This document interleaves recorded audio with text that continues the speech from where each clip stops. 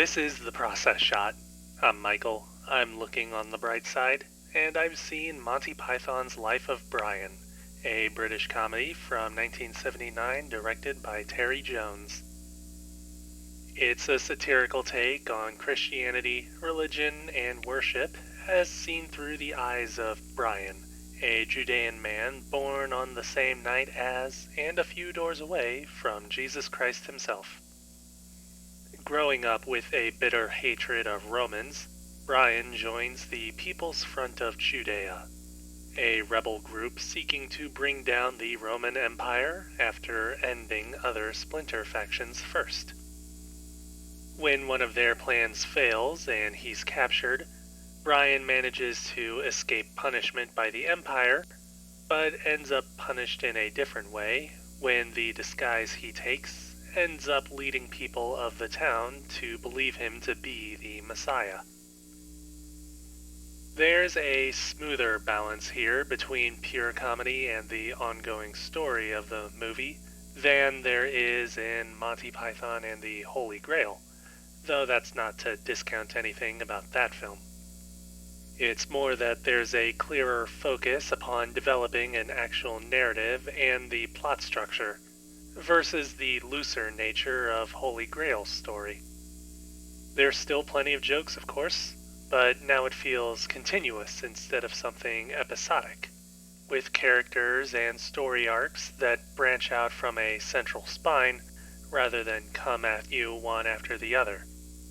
As for the actual story itself, it's also a bit more developed than the story of its predecessor, not only in how it's an actual story, of course, but also because of its satirical approach to its subject matter.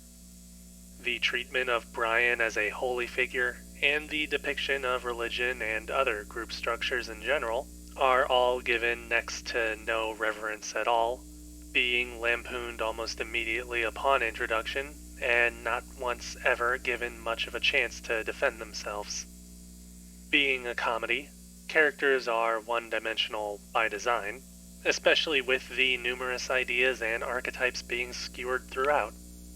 It also builds the movie's greater strengths through its writing and performances, with the wittiness and expert timing that made Holy Grail a classic, from the smaller sight gags to more complex sequences. It's almost detrimental in the sense that I can't think of anything too specific to talk about without simply talking about what happens, and I still don't want to do that. I will say that the movie has a very nice look to it, even for a desert environment.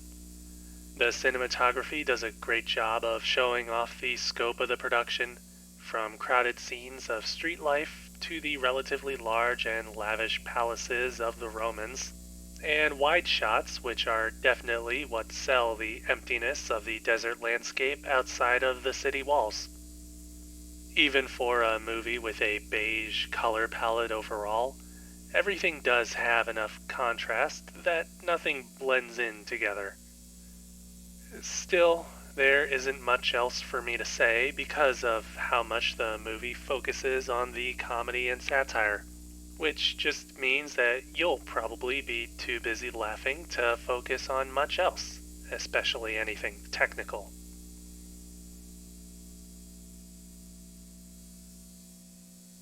Monty Python's Life of Brian. Terry Jones, 1979. 4.5 stars. I definitely recommend seeing this movie. May as well make it a double feature with Holy Grail.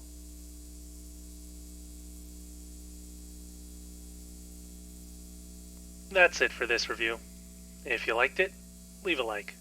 If you didn't, leave a comment. Subscribe to the channel for more reviews. I don't think these reviews of Monty Python's movies really do them justice, but I still don't think that there's much that I can say without just talking about what goes on.